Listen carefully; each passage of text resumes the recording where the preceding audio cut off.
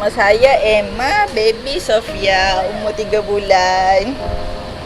Alah, batuk, berkahak sesema dan juga ruam. Batuk, berkahak sesema memang risau, susah dekat sebab baby kan, dia tak ada ubat apa semua. Terpaksa mencari inisiatif lain lah.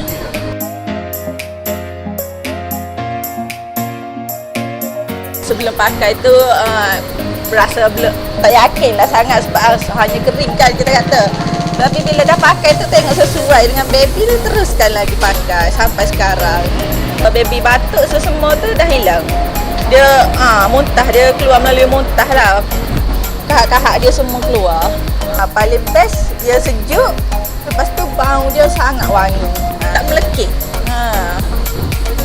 Eloklah untuk guna untuk baby sebab memang sangat-sangat menjadilah sebab ia tak merosakkan kulit baby apa. Saya pun cuba pakai sendiri kat muka, memang sangat-sangat sedap lah, sejuk.